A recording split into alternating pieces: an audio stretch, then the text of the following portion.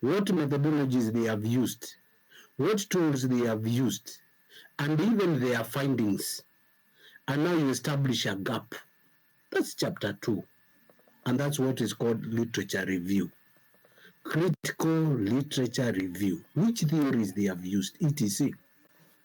So which tools can you borrow? Which method can you borrow? What ideas can you borrow? Where are the gaps? All that. In a serious research engagement like masters and PhD, we talk of research gap.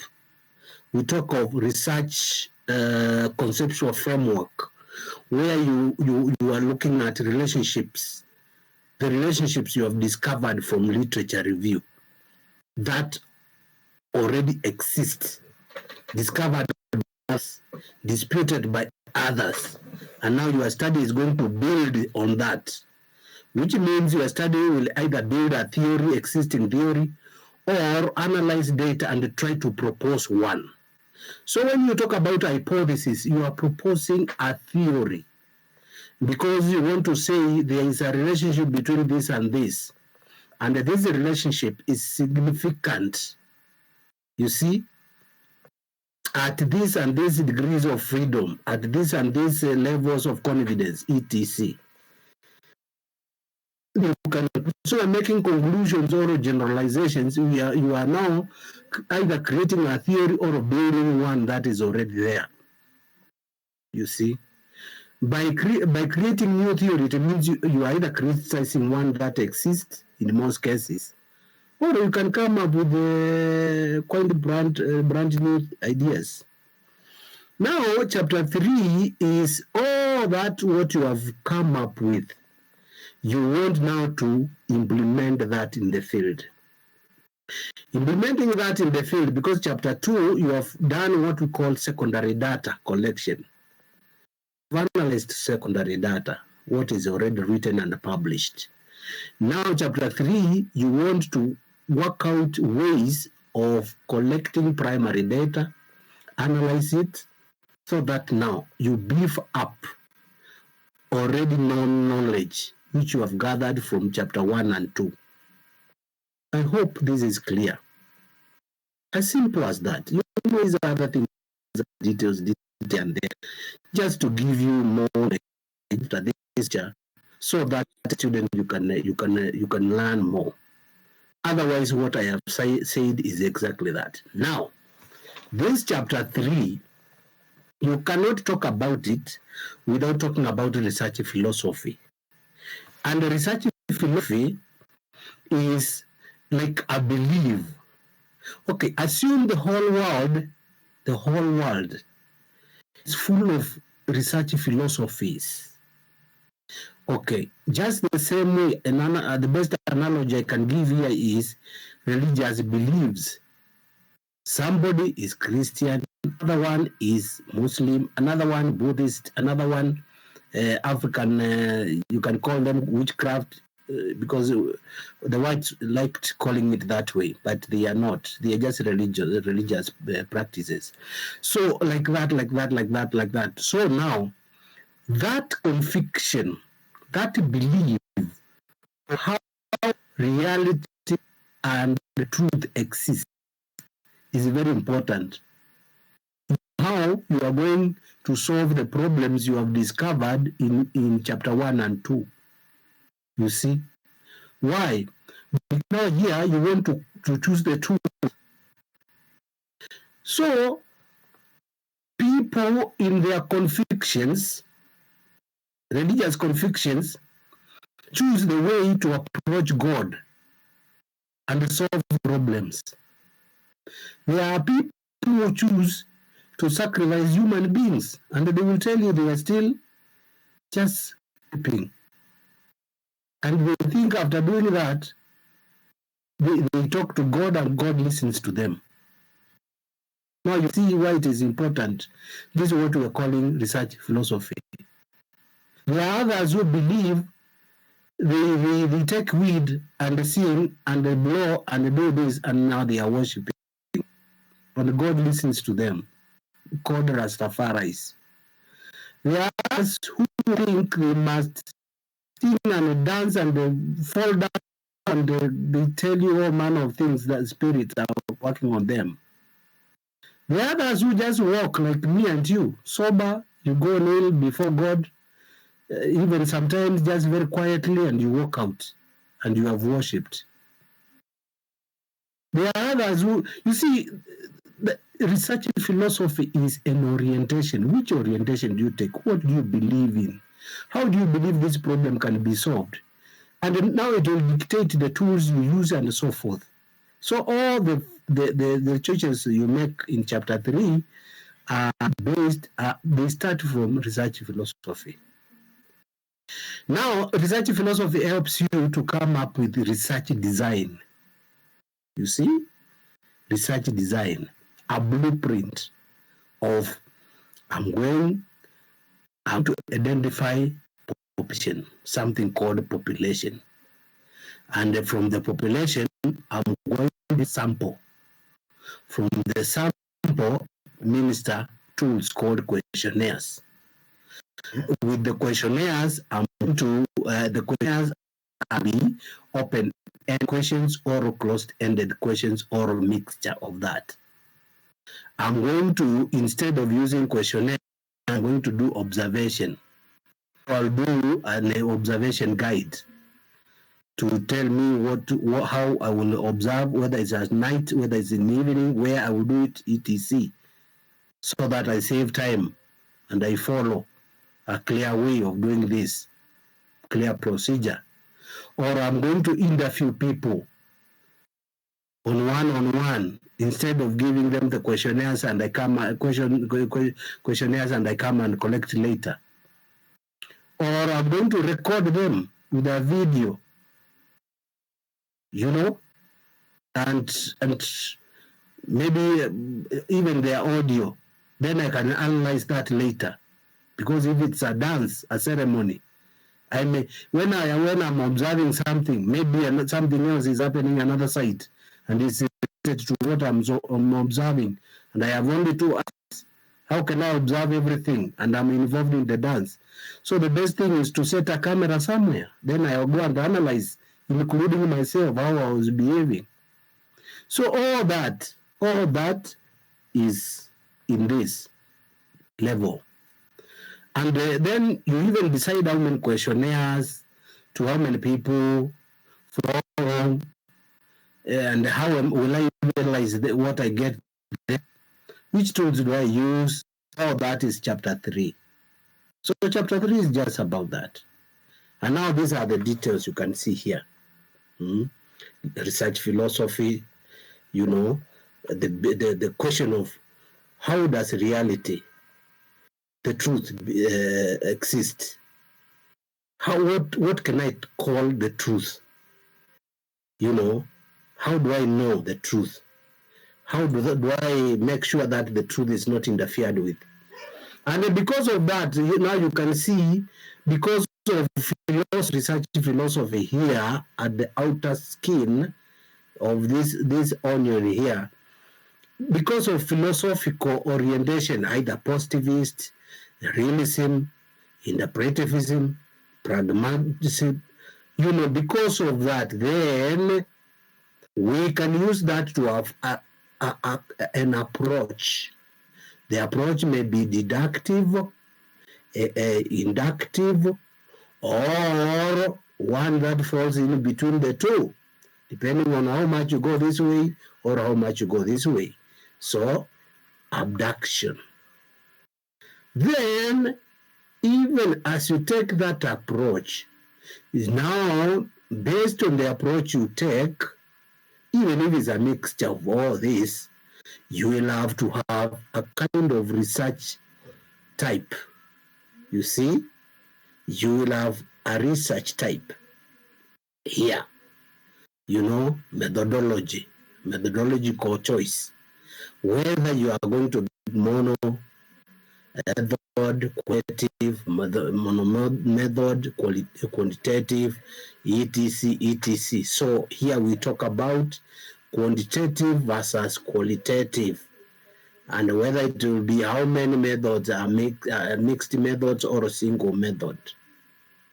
You know, Sometimes in social science like sociology and others, where you are dealing with human beings, reality is so much hidden in what people do. Like for example, you cannot imagine people dancing in a funeral. Hmm? People dancing in a funeral. Why?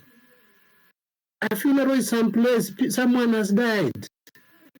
She's so silent, just like the morgue, the mortuary, so that you are mourning, maybe crying, but not dancing.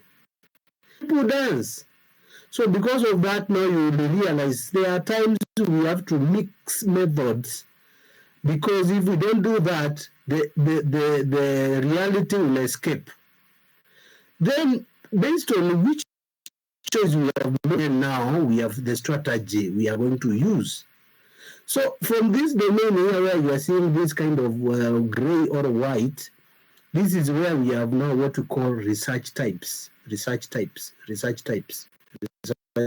between the approach, the strategy, and everything else.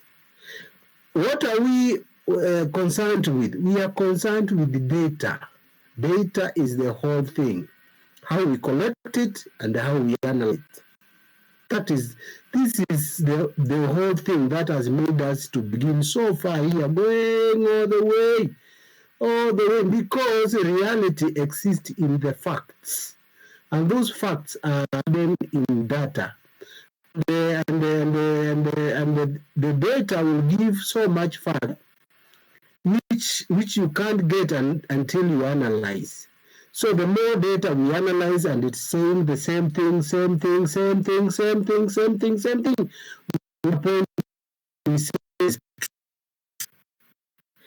what this tells you is that you can have so much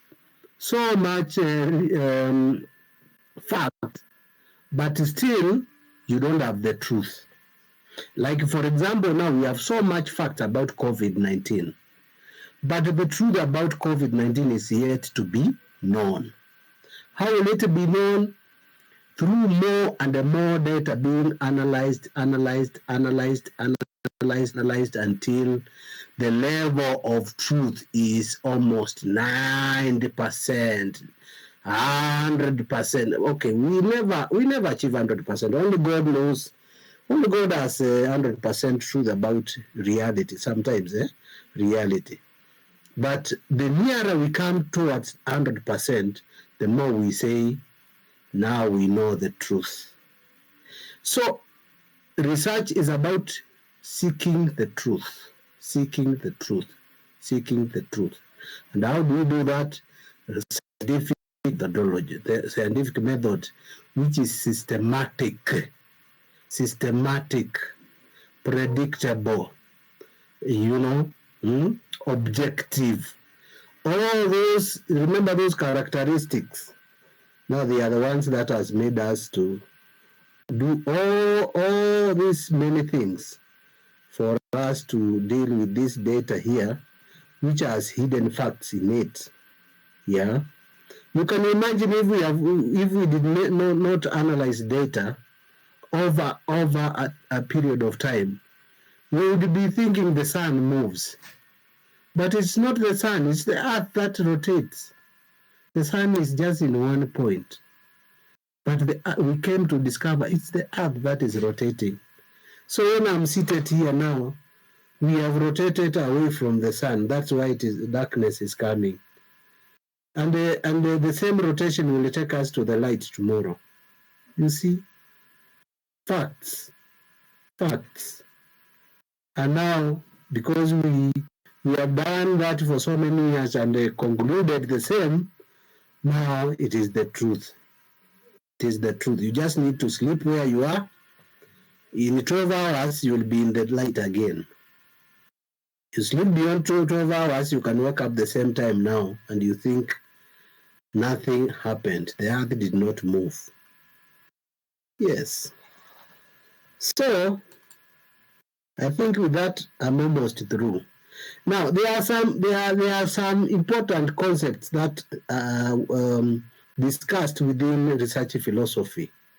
And there are actually three, but these two are the most important: ontology and epistemology. Ontology is concerned with what is true or real, the nature of reality. You know, we just found ourselves here naturally, and there is a reality because we realize we are living. Actually, we grow in so many ways, and then we age, and then we die. Reality. Now, so ontology is concerned about knowing all that. Epistemology, on the other side, is concerned with the nature of knowledge and the different methods of gaining it. Now we know there is a reality. And here on the other side, we ask ourselves, how can we best capture reality and understand it? Because if we are not keen on epistemology, we can capture reality and miss the truth. So that is why we are saying, can we have a standard way of gaining the truth so that even another person can repeat the same procedure and arrive at the same conclusion? So epistemology is about that. You see, nature of knowledge and how best we can apply it. While this guy is just concerned about the truth, meaning the two are interrelated. The two concepts are interrelated. This guy is telling us you must have a standard to get the truth and the reality. And this guy is saying, yes, you, the truth, when you want to get the truth, you must have the best procedure and a predictable procedure. So that is it. Then, the other concept that I have not talked about here is axiology. This refers to the role of view and ethics within the research process.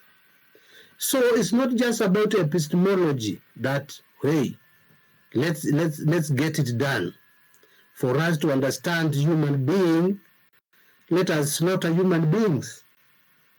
No. Values are very important because we people, we reason and we are emotionally affected. Ethics is very important. There are some things you cannot subject human beings to. Actually, axiology is new. These two are older. People used to subject human beings and even animals to very hostile environment in the name of trying to understand them, trying to study them, trying to study reality in them. So you say that it is justified. Why? Because it's science and we want to understand reality and so forth. But now axiology came and said that, oh, researchers, it's important that you also think, deal with your values, because your behavior can affect the way you affect facts and even the way you perceive facts. Also, the way you treat that what you are researching can also affect all this. So now there are three concepts. Anyway, you take your time and read all that. What I can now talk about is the wheel of science. And the wheel of science begins anywhere around here. You see, anywhere around these 4 steps. You can begin by theorizing. You know, you say there is God. Then you go ahead. God exists because of this and this. Then you go ahead, find out where God is, record that, analyze, and then you have the facts with you. And then you conclude now, then therefore, this theory you had of there is God is true. You see? and the other people keep doing that, then there is a theory. You know, so you can begin anyway. You can be hypothesizing. You see this is related to this, or this is not related to this. And then you go ahead, collect data, observe, analyze, empirical, then come and prove that, etc. So research is about that will. Now, even as you do that, there are two main approaches, either deductive or inductive. So, deductive is where you start with a theory, then you collect data and prove that theory. You see, you prove the theory. You say it is true. Like Charles Darwin said, oh, all human beings came from monkeys. We were animals at one time, then we evolved, the evolution theory. You see? So now you go ahead and study, you start studying monkeys or human beings and see whether they have their ancestors who were monkeys and so forth. You see? That is deductive. Deducting, you are deducting from what you know to the facts. The other way is induction. Induction, you see, induction, building the theory. You see, building the theory. So this is where you look at a behavior, record that behavior, and then record it as many times as possible. Then you come up with a conclusion. And that conclusion, proven as many times as possible in the same circumstances, becomes theory. You see? So either way, you are good. You are either building a theory or proving one that is in your mind. So this is just a discussion. Just giving you more details, which are good for you. Well, you may not be asked all these details, but it's good for you to just know, because from now, as you begin your research journey, you will keep coming up across that. Now, instead of just going one approach or the other, there are times we combine, and it's called triangulation. Triangulation. That is why today, the best research is the one that has some theory. You say, you asked, which theories if you anchored your research on? You mention them. You see? So you are borrowed from a theory or several of them. Yeah. Then you go now do observation, collect data, empirical analysis. Then you come back. It is not the data that will tell you whether you support a theory or you don't. If you don't, it means you are moving towards building new theory. If your data supports that theory, then wow, you are just proving the theory to be true. And that's it. That's it. So the other thing we should mention here, very important, is about nature of data and how it exists. You see, because of nature of data, you can either take a quantitative research strategy or qualitative. But still, even this one, even either of this is also today is also being advised that we should take a mixed approach, because reality does not exist in quantitative alone or qualitative alone. It has a mixture of both of these. For example, if you want to study about human behavior, you may want to take people's weight, which is quantitative.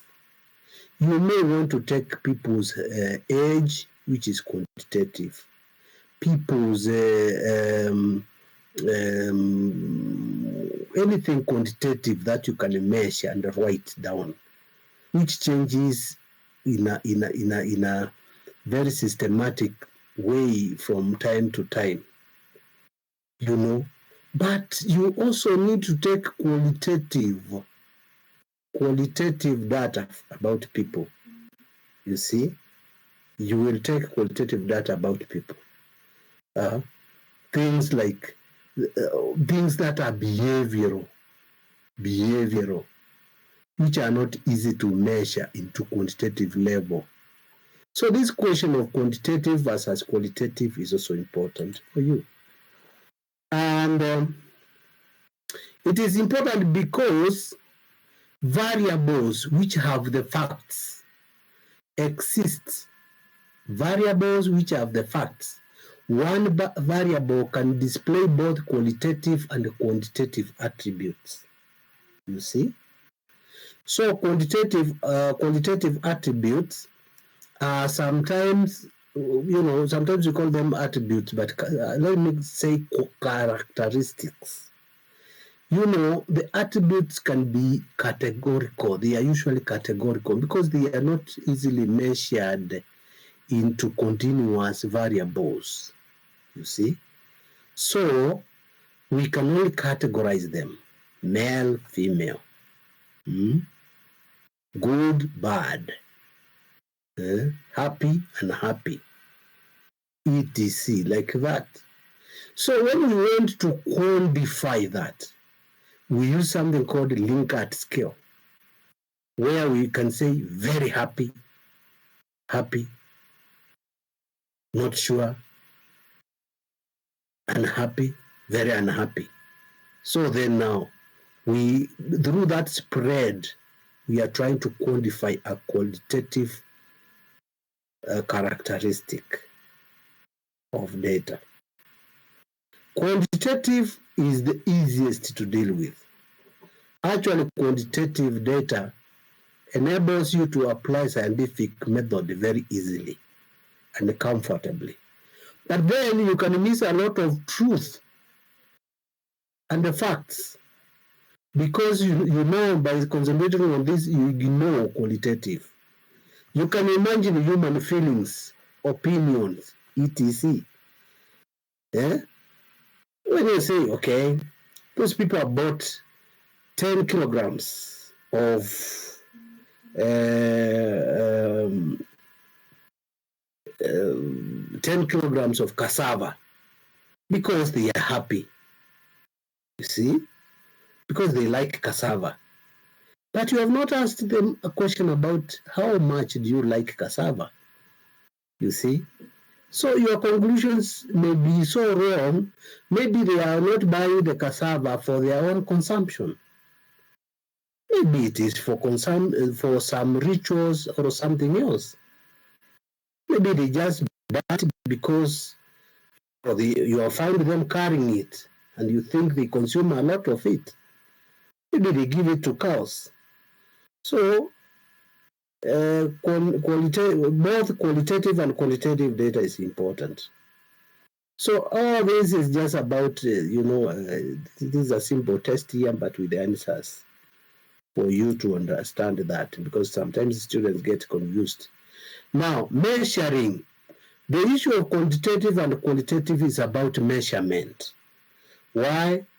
You cannot deal with chapter 3 until you are able to measure. Facts are hidden in those measurements. And sometimes when you talk about research errors occur not only in observation, but in measurements. You see, it can occur in observation because of those three concepts we saw: ontology, epistemology, and axiology. Those three issues there. You can make mistakes because you are a human being there. But here now, errors can occur during measuring the variables, including sampling error. So that is why it is important. And based on measurement, you can see a variable can display either qualitative or quantitative or even both characteristics. If it is qualitative, then they must be measured at nominal and ordinal scales. If it's quantitative, they can be measured at discrete and continuous scales. You see? So it's good to know this. And these are standards that have been developed. Now, nominal scale, ordinal scale, with examples given here, with examples given here. Actually, discrete is sometimes known as interval scale, and continuous is also known as ratio scale. You will be very lucky if the data you are dealing with is measured at interval and the ratio scale, the number 3 and the 4. Because that is very easy to handle. People in finance, accounting, etc. But when it exhibits characteristics that are to be measured in nominal and ordinal, this is now where feelings, human behavior, opinions, perceptions, very difficult. The same person measuring the same guy twice, you get different indicators. But if you are measuring my weight, my height, you just get the same, no matter who measures and when. So that is it. So the lowest point versus the lowest measurement and the highest measurement level. This is good for you to know. I've given as many examples as possible for you to read. And I hope the notes I've been sending you people, you have been reading them, because don't buy time. Read.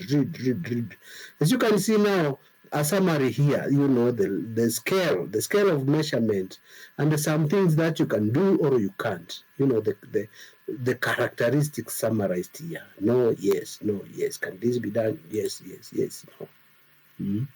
So we can just conclude by saying in many cases, discrete and continuous variables, that is the interval and the ratio scale variables, may be distinguished by determining whether the variables are related to a count or a measurement, because you have to do that. Anyway, you will come across the practicals when you will start doing research. For now, it may sound too abstract and not very useful, but it is very important when you're analyzing data. So study theory and theoretical assumptions. Theory is very important. Theoretical assumptions, things we call concepts, things we call abstracts, all that, and even something we call operationalization of concepts. You see, when you are talking about main objective of this research is blah, blah, blah, and the specific objectives of this research is blah, blah, blah.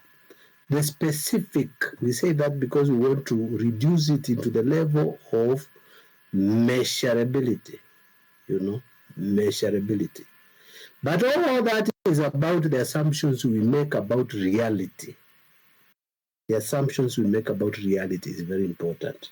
And it's those assumptions that we say, okay, we hypothesize this, we theorize this, we theorize this.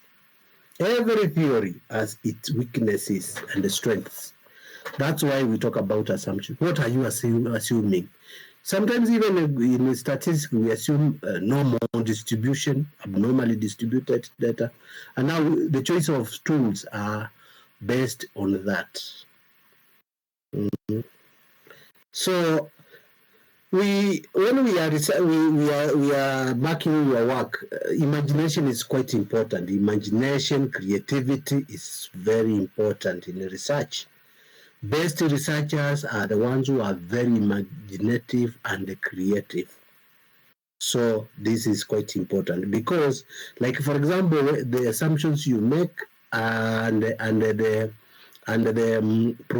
hypothesis you make, etc. So chapter 3 actually is about creativity. What is the best way for me to do this based on all this what I have learned from other people who have done this and that and this and that, you see, for every aspect of research. So choosing your approach, you will be influenced by colleagues, for example, your views, even your own views, your own imagination about the world, which is the research philosophy, beliefs, your experience, and all this. And that's why you are tied to supervisors to help you, trigger your imaginations. There is no right or wrong answers.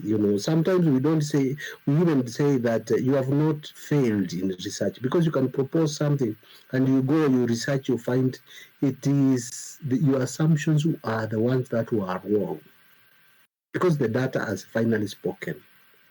And what guides you?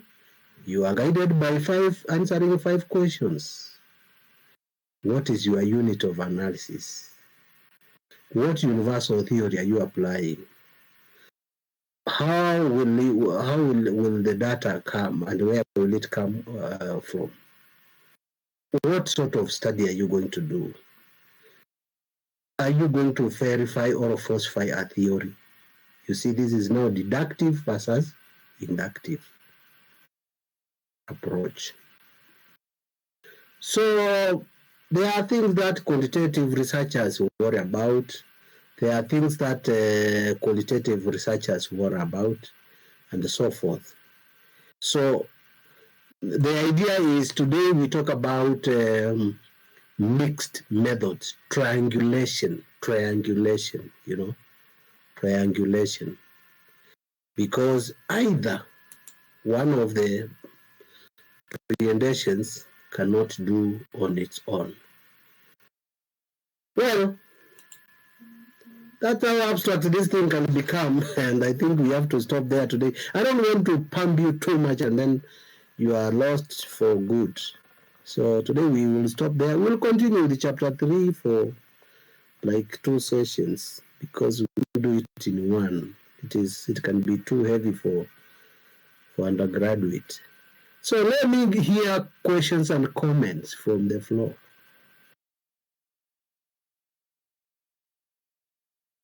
The idea is about subjectivity and objectivity. Yes, somebody. Dennis Baka. No, I have no comment. I've understood. Are you sure? Yes. Good. You're a bright guy. Cheers. Let's hear from Macharia. Dennis Macharia is another Dennis.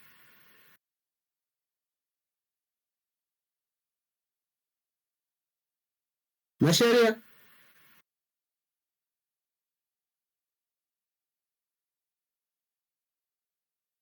Yeah, Macharia is not.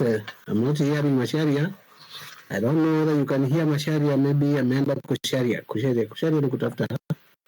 Okay. Let's hear from Jambi. Macharia, just mute yourself. You can't be heard. Maybe you can type, Macharia. Yes, Jambi. No question. You understood? Yes. So you are this bright. I didn't know. I'll know from the cards.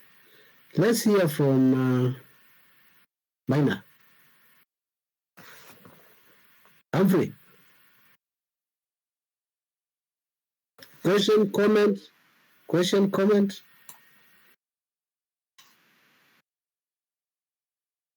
Yes.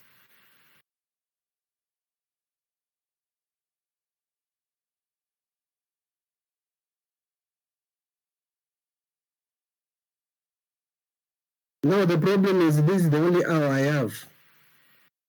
I'm so packed, like I don't know, a donkey. Yeah, so unless you want us to do it very early in the morning, can we do it from 7?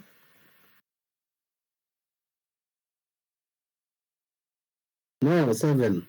8, I go to work, get busy. So you see, this is better than working so early in the morning, in cold mornings, yeah? Yes, indeed. You see, I care. I know if I wake you up so early, some of you will be in the bed. So it's better evening. Okay, somebody else, Mugo.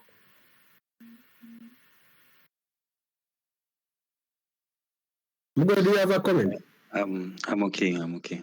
I'm following. It's okay. You have understood, eh? Yes, yes. This class has good people. I think you guys are sharp. Hata sioni kama kuna shida sasa. Hebu let's hear from who? Ngatia?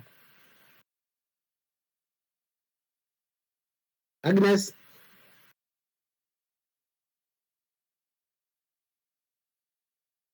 Agnes is lost. Let's hear from Mutai. Gilbert. Good evening. Good evening. Sorry? No query. Gilbert. Are you okay? Yes, Very good. Yes, I'm okay. I've understood. Yes. Very good. Wilson? Hello, sir. Good? Yeah? Yes, I'm okay. I'm also okay. Very good. Hii class ni mzuri. So now I think we stop there. We stop there so that you can do those other things you're talking about. And I'm going to send you the notes. I hope you have been getting the notes, right? If there is anybody who has not been getting the notes, please let me know. I can reshare and share and share as much as possible. This is the advantage of online learning. You can always retrieve the notes, the audio, the everything. So it's good for you. It's good for you. So bye-bye and have a good evening. You too. Thank you.